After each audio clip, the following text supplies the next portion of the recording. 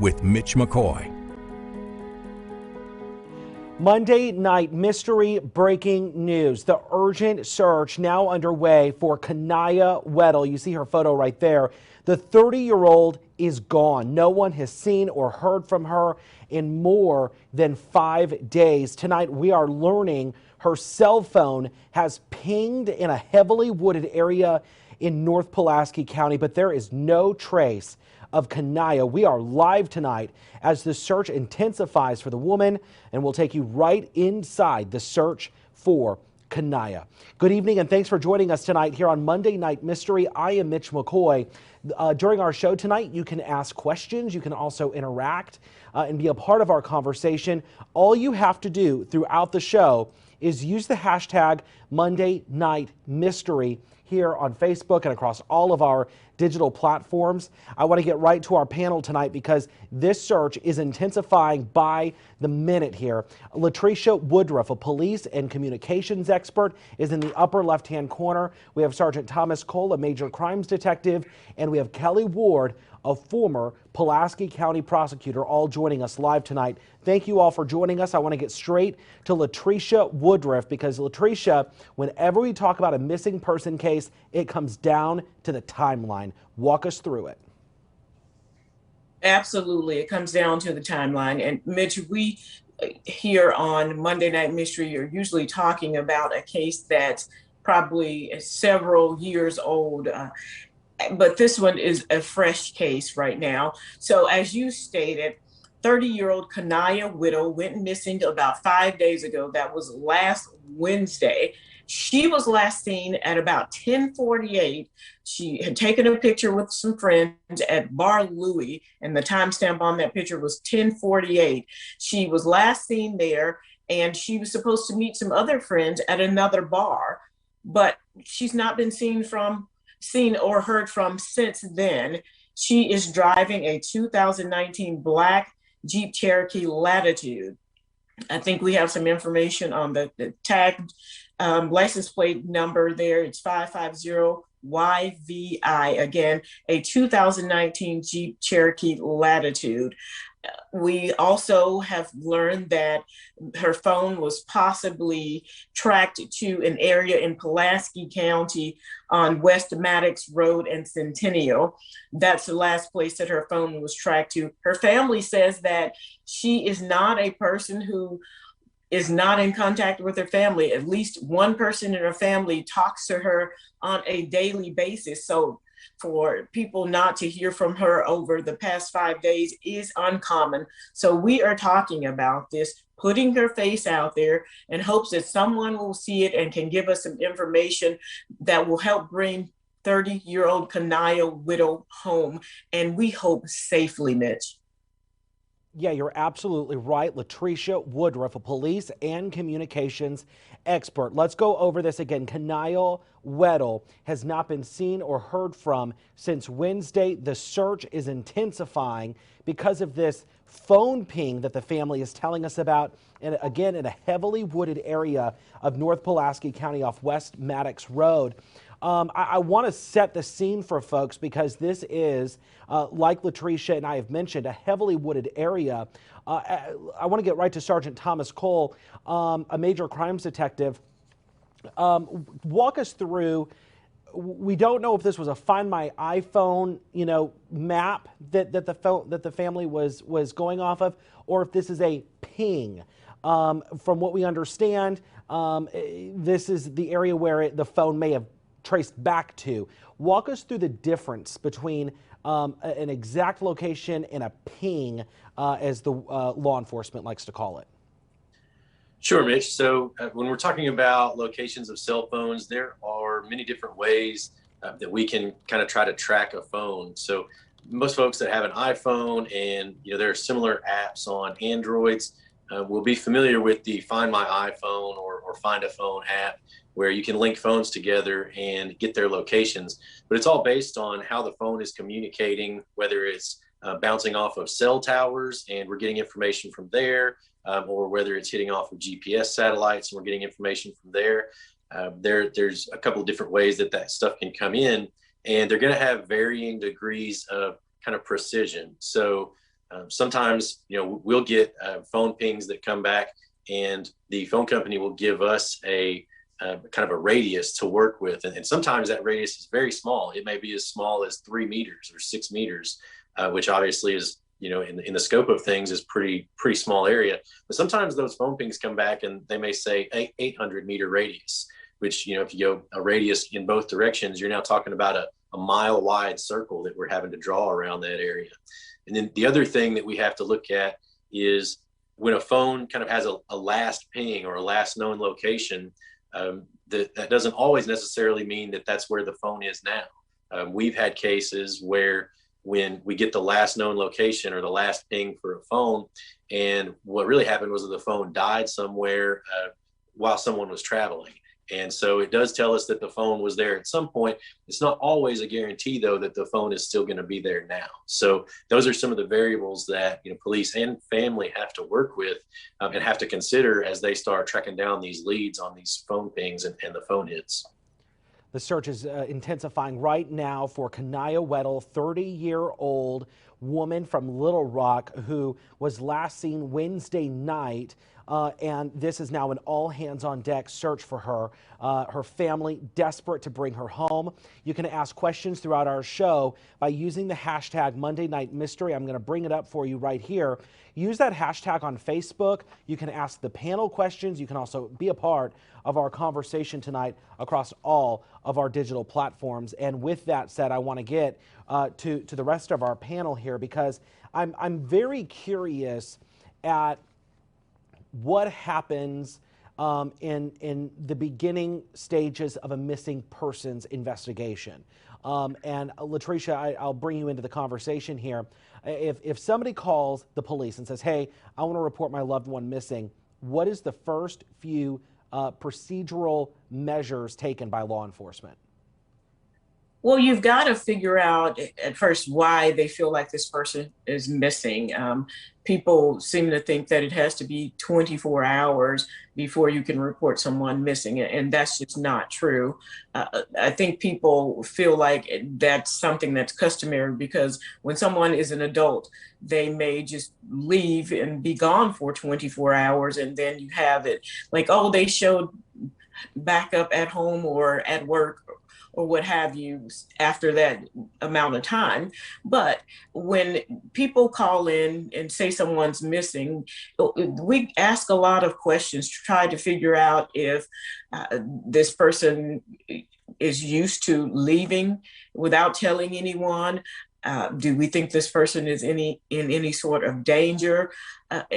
So you ask questions like that to see if this is something that that law enforcement should really dig their heels into. But to anyone who calls and says that their loved one is missing, you have to take that very serious at that time until you find out otherwise. So I imagine law enforcement started asking a lot of questions about her habits, who she was last seen with, why do we think that she went missing, or do we think if she's in danger, and that sort of thing. Mitch, she's a 30-year-old young woman. I would imagine at her age, she has a social media presence. So that's something that they'll definitely be looking into to see if she is logged on to social media accounts, if she has them. We showed a picture that was time-stamped, and usually when young folks are out taking pictures like that, they're posting them somewhere, whether it's to their own account or to their friend's account. But if they have an account, any type of social media account, they'll be looking at that. How active has she been in the past on social media, and did it stop suddenly? Where was she last, and all those sorts of things. And with her being a young person who is probably active, has a lot of friends, she was out hanging with some friends in a bar, I can see that this will drum up a lot of leads and information about what kind of person she was, who she hung out with, the last time she was seen, and maybe someone saw her car somewhere or even saw her somewhere. So I'm going to remain very hopeful on this, that we're going to get a lot of information, because she seemed like a popular person. She was out with friends, so it's obvious that there are people who know her. And even looking at Facebook, people are saying, we are praying for her. She's a sweet person. So it seems that a lot of people knew and loved her. So hopefully we'll get a lot of traction on this one. Well, and I want to get back. I want to circle back with you, Latricia, on the fact that she was out at a bar and she was out with friends, because I think that may open up that, who is the last person to talk with her question. And I'll get to that in just a moment, but I want to get to questions that are now starting to flood in. And the first question coming in is from Veronica using the hashtag Monday Night Mystery. Why are they just now looking so hard? Kelly Ward, I want to get to you, former Pulaski County prosecutor, because this is one of those scenarios that Latricia was just talking about. Police need to, there is some buffer time that police have, because she may not want to be found. Sure. If someone is an adult, they don't have to check in with their family. They don't have to talk to friends. They could just decide to, take off for a few days. So I think the last time she was seen was the 14th or the 15th. So it's really actually pretty early on that the police have started looking for her. So this is not unusual, even though you can make a missing persons report at any time. It's still, she is an adult, and there's nothing that says she has to check in with her family or friends. Now, we do know from her family that it's very unusual for her not to check in, and that she was supposed to meet friends after about 10:30 after she left Bar Louie, but she never showed up. So that is very unusual. And it's pretty early for the LRPD to get out there and start putting her picture out there and start asking the public for help. It means that the search is intensifying. Kelly Ward, thank you. I want to get to some more questions starting to come in here. And this question is coming in from Eric. Eric, using the hashtag Monday Night Mystery, which, by the way, anybody can do they need volunteers to look for her? And I want to pose that question to Sergeant Thomas Cole, a major crimes detective. Sergeant, what is the procedures for a civilian organized search party? I mean, obviously there's got to be contact with law enforcement because you still have to preserve any evidence if any evidence is found during a search. Right, Mitch. The best thing that folks can do is reach out to law enforcement and ask if there are any civilian efforts going on, because certainly in cases like this, the more eyes that we have out there, the better. And, if we, for example, and I don't know if they have located the cell phone or not, but suppose we wanted to go out and find the cell phone, if we have 100 people, that's better than 10. But exactly what you said, which is it needs to be done in some kind of a methodical manner and in a manner that can kind of best preserve any evidence that might be found. But also, just for the sake of efficiency, having some kind of a centralized location or a place for information to be gathered is going to be the best way to do things. And the police obviously are the ones that are going to have more information than anyone else. So if someone is looking to volunteer, I would contact the law enforcement agency with jurisdiction and just ask them, what can I do? Or is there a volunteer group getting together? And even if the police aren't running that group, they should, in the best case scenario, be in contact with the leaders of those types of groups so that they can all kind of coordinate efforts and make sure they're doing things as efficiently as possible. So if folks are looking to volunteer, just contact the police department and see what you can do or who they can connect you with. Good advice there, Sergeant Thomas Cole. Again, you can interact with the panel, ask questions using the hashtag Monday Night Mystery. Paula wants to know, were there cameras in the parking lot at Bar Louie? Hashtag Monday Night Mystery. Latricia, I'll pose this one to you. We don't really know. I mean, I would assume that there's cameras, but LRPD is probably expanding that, right? I mean, they're not just going to focus in on Bar Louie's parking lot. I mean, this is going to be a broader search to see if they can follow her on various cameras across the city. There are cameras always watching us everywhere. I can't say that there are definitely cameras at Bar Louie, but somewhere from Bar Louie to her leaving, there's got to be some cameras there. We don't have that information, but I would imagine that the Little Rock Police Department is checking cameras if they have them at Bar Louie, and cameras everywhere in that area to see which direction of travel, if she left the bar with someone, if she was seen getting in her car, if someone was following her, that type of thing. So they're definitely looking at cameras, trying to get any camera footage in that area to figure out a direction of travel. I want to circle back to something because I'm looking at it on Facebook Live, some of the questions. People are saying, you know, it's never too early if someone's missing. And I don't think that we meant it's too early to start looking for her. We're talking about her picture being out there a lot, and asking the public for help as much as they're asking now. What people fail to realize, when someone goes missing and there is a concern, the police department starts looking for them and asking questions. That doesn't necessarily mean it's out in public view, because sometimes they may have a lead on something. They don't want to put it out in the public view because that may hinder them in what they're doing. So it's not to say that they just started looking for her today, 5 days after the fact. When they got the call and they started learning about her habits and that sort of thing, I am sure they got worried about her when her family said that she is always in touch with someone and that she never goes away for days at a time like this. So I'm sure that police department start getting right on it, making calls and doing what they can. It's just now we haven't heard from her. So they're pulling in more people, and we are talking about this. Her picture's been out there since she's been missing, but we are putting her picture out there. They're trying to pull in more people. She's seen more on social media because they're widening the net, so to speak. So we're not saying that they weren't worried about her when they first got that phone call at all. That's not what we're saying here.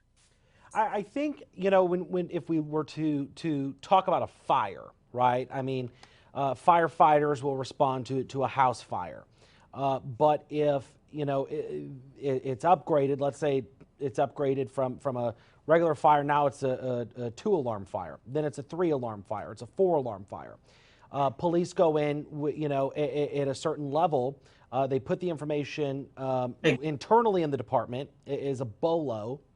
And then as information starts to trickle in, the level of concern. Yes, the situation starts, seems to be more grave, then they're pulling in more people. You're exactly right, Mitch. A good analogy for that to help people understand.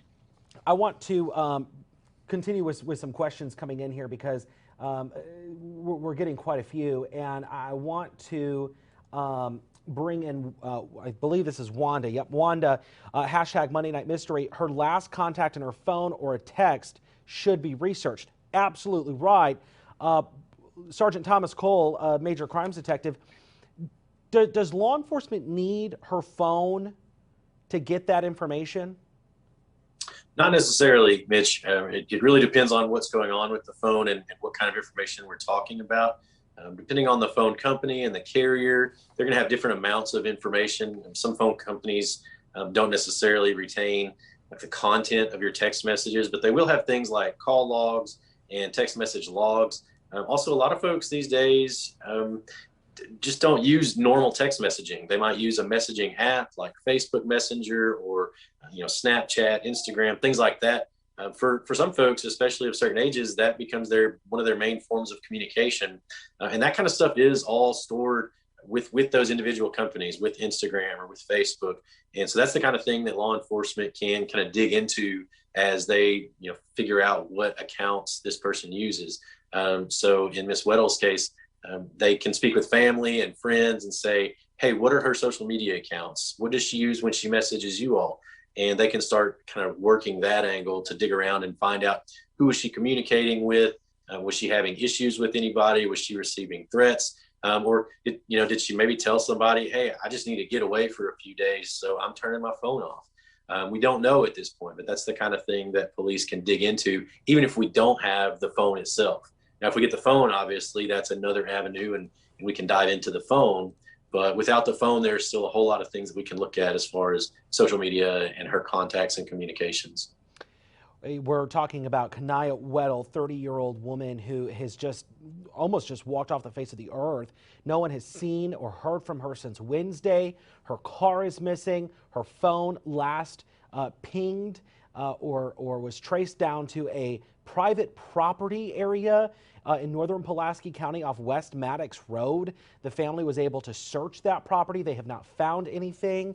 We have a lot of questions coming in and we need to get to them, but I do have a quick question, and I'll open it up to the group here because I don't know if there's one specific person that would want to take it.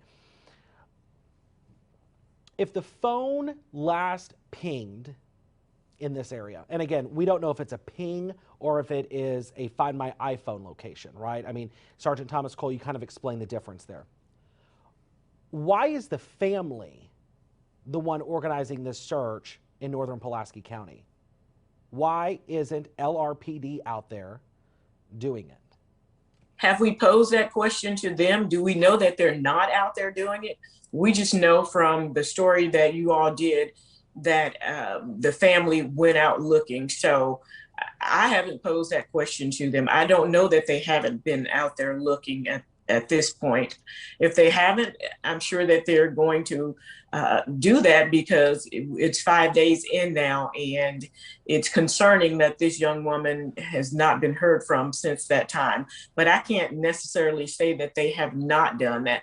But if I had someone who was missing and I was able to ping it or use Find My iPhone to figure out their last location, I will go out there and look for my loved one as well, whether the police department is out there or not. And I know we don't want people out there, as Cole talked about, because you may have to preserve some sort of evidence. So you may want to contact the police department about any large scale searches. However, if it were my family member, I would definitely be out there, whether the police was out there or not. So we can't say at this point that they have not been out there. I've not spoken personally to them on that.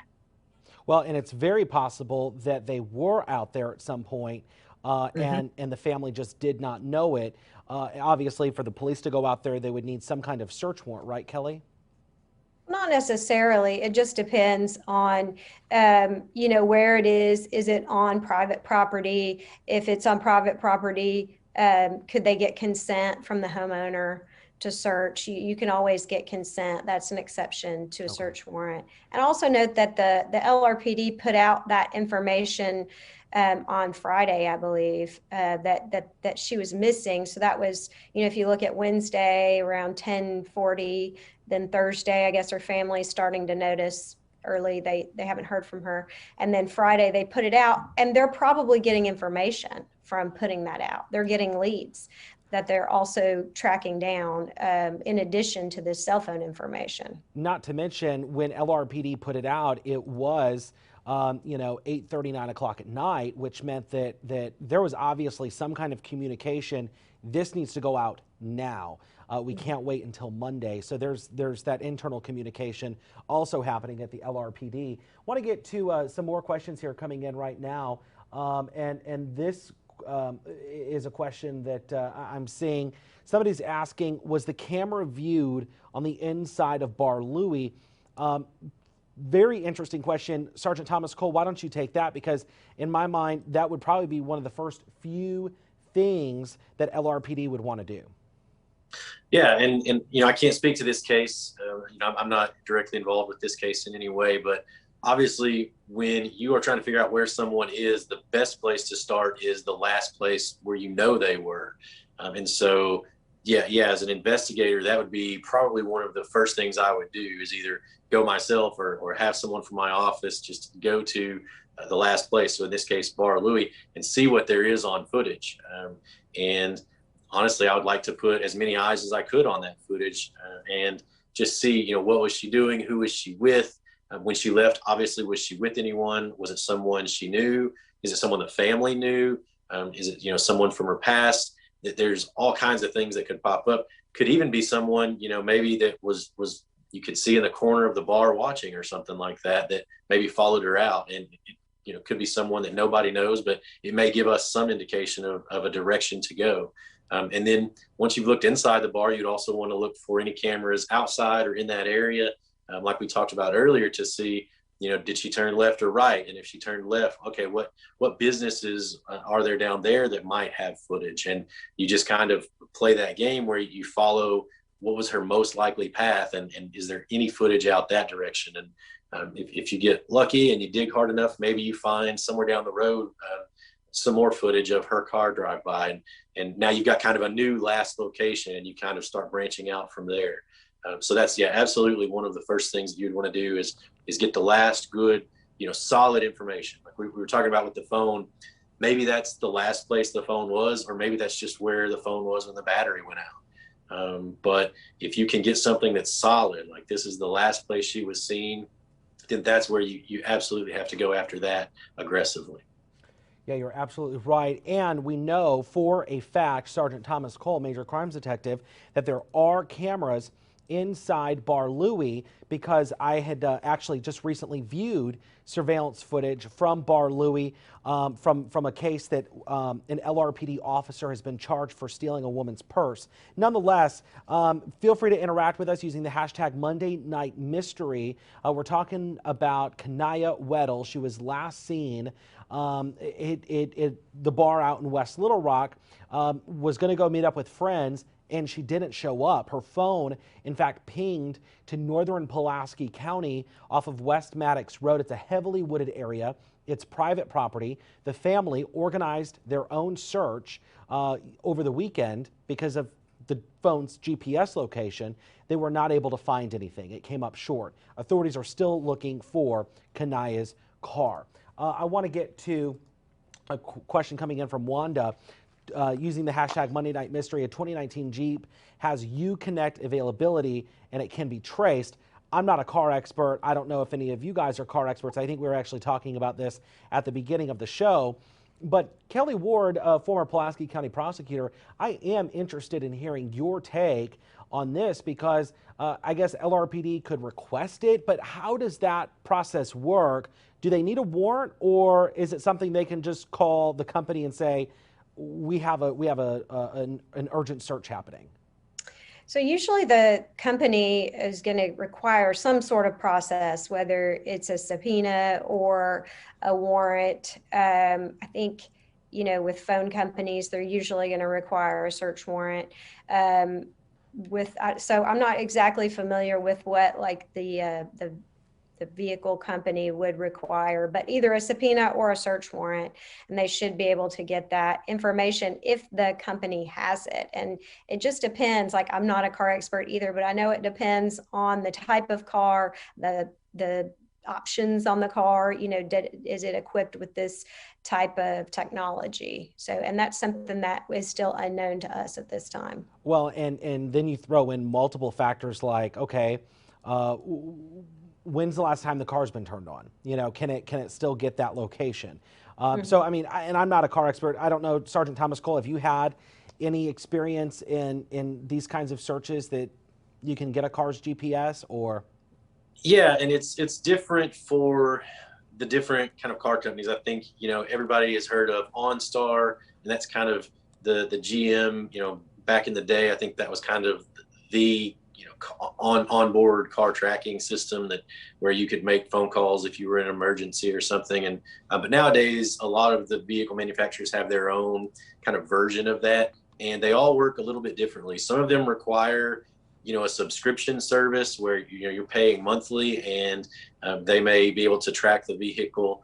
They could potentially call the vehicle. I've had cases where they were able to remotely disable a vehicle that had been stolen. So it just depends on the specific type that's used by the manufacturer.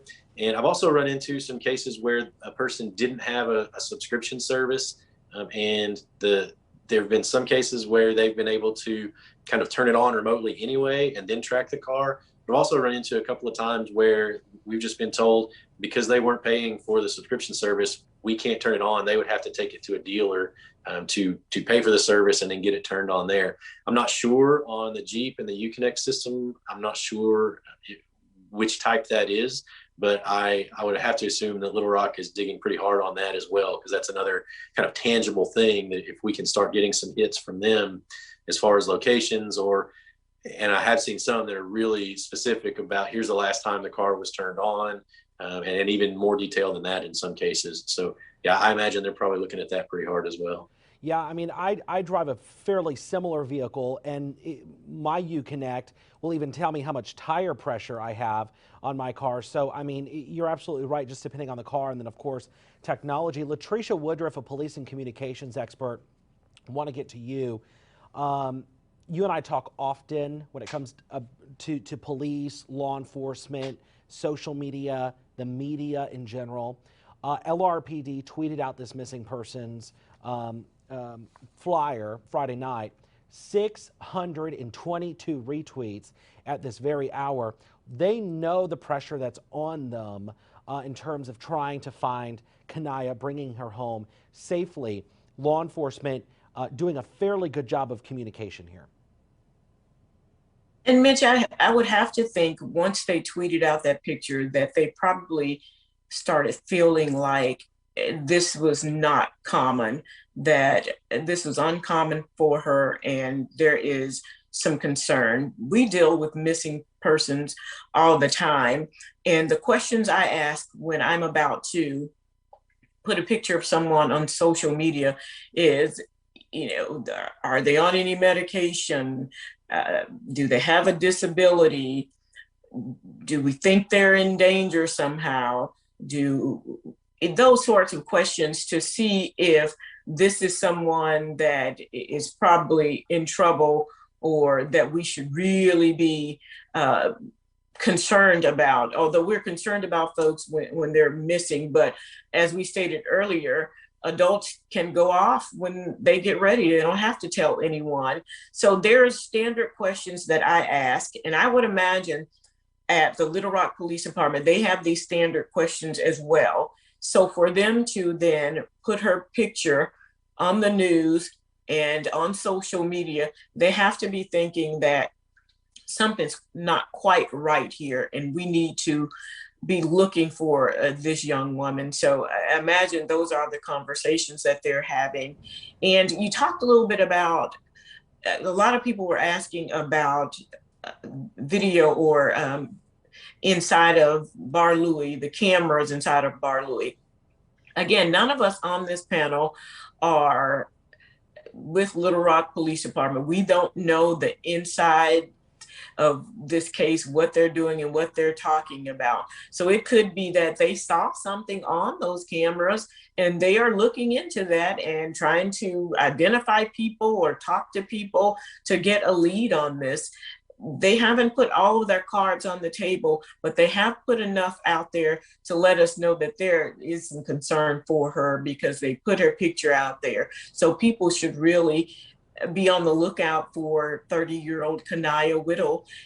If you have any information, give the Little Rock Police Department a call, or your local law enforcement, or someone you trust that can get that information into the right hands. Yeah, you're absolutely right. And I'll be honest, even when I was at the Pulaski County Sheriff's Office and there was a missing persons report taken, those are some of the first few questions you have to ask. Because if you are sending out 10 missing persons messages a day or a week, eventually when you have a missing person that would be considered endangered, then you have sounded the alarm too many times for that one post that really needs to stand out. Because here's the fact of the matter: there are people, there are adults that just want to go missing. Mitch, we had a case like that last week. One of the detectives called me up and said, hey, we have this missing person. His family is concerned about him. I asked all of those questions. And at that point, I said, well, there doesn't seem to be any extenuating circumstances. So I'm going to hold off on putting this person on Facebook and sounding the alarm. Well, guess what? Next day, he showed back up. He just went off on his own because he's an adult and he can do that.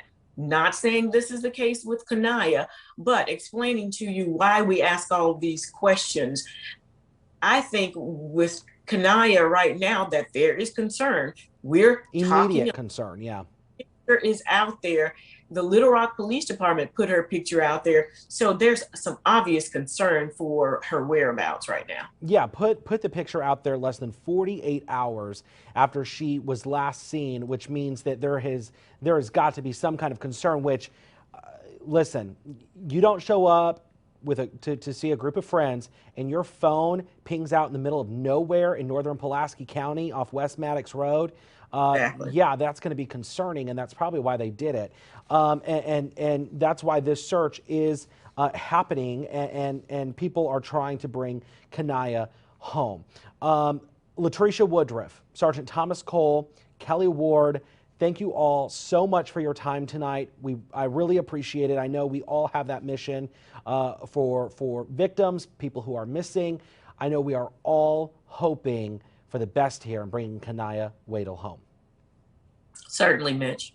Thank you Absolutely. so much. Appreciate it. Again, if you have any information on where Kaniya Weddle is, you are asked to call the Little Rock Police Department. As Latricia had just said, authorities are looking for her. She might be driving her Jeep.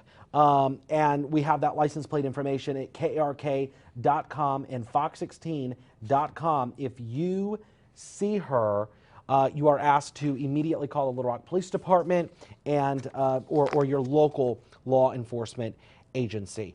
This has been another episode of Monday Night Mystery. Thanks again for joining us here.